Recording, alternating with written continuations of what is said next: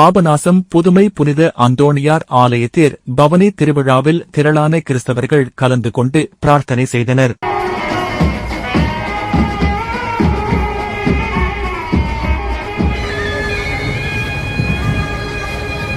தஞ்சை மாவட்டம் பாபநாசத்தில் புதுமை புனித அந்தோணியார் ஆலயம் உள்ளது. இந்த ஆலயத்தின் தேர் பவனி திருவிழா ஆண்டுதோறும் வெகு விமரிசையாக நடைபெறுவது வழக்கம்.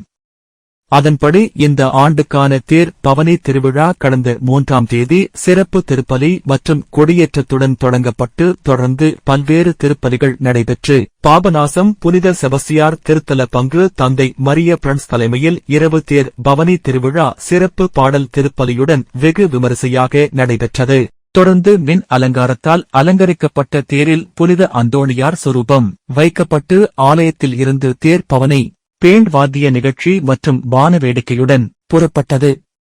தேர் பவனி பாபநாசம் முக்கிய வீதி வழியாக சென்று பின்னர் அதிகாலை ஆலயத்திற்கு வந்து அடைந்தது. விழாவில் ஊர் நாட்டாமைகள் மற்றும் திரளான கிறிஸ்தவர்கள் கலந்து கொண்டு பிரார்த்தனை செய்து வழிபட்டனர்.